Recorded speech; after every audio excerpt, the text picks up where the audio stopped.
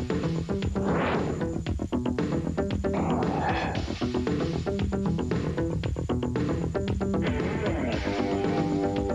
Barry Jansen. An incident Saturday night here at the Brandon Correctional Center resulted in 5 cells being trashed. We'll have that story coming up on Pulse News. I'm Susan Smofchuk. A woman has traveled from Phoenix, Arizona to share her inspirational story with women in Brandon. That story is coming up in Pulse News. A perfect night on special teams lands the Wheat Kings another win. We'll have that story coming up for you later in Pulse Sports.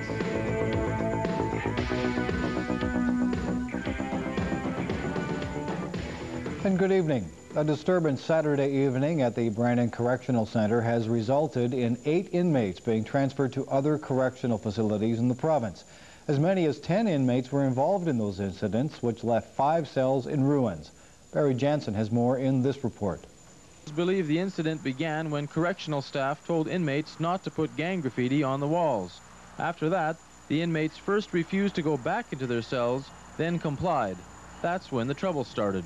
The damage was done shortly after going to cell lockdown, so at that point in time the officers were patient, and basically after a period of time the inmates volunteered and surrendered peacefully. The Brandon Police Service has a cooperative plan with the Correctional Center to provide backup assistance.